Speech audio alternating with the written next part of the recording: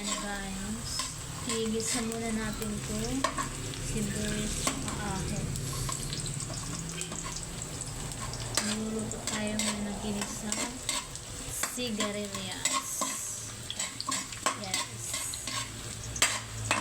Igisa muna natin ito para masarap yung aroma. Pagkatapos naman, ilagay natin ito garlic. Ayan, nilagay natin yung baboy. Ayan, muna natin yan para lumabas yung mga mantika. Dapat kasi guys, inuna ko muna yung baboy para lumabas yung sariling mantika. Kaso, maganda kasi pag inuna yung bawang tsaka sibuyas para lumabas yung aroma. Sarap. So, yan. Oh, diba? Maganda.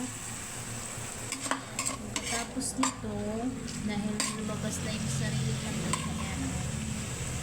Nalagay natin yung gulay na sigarilyas.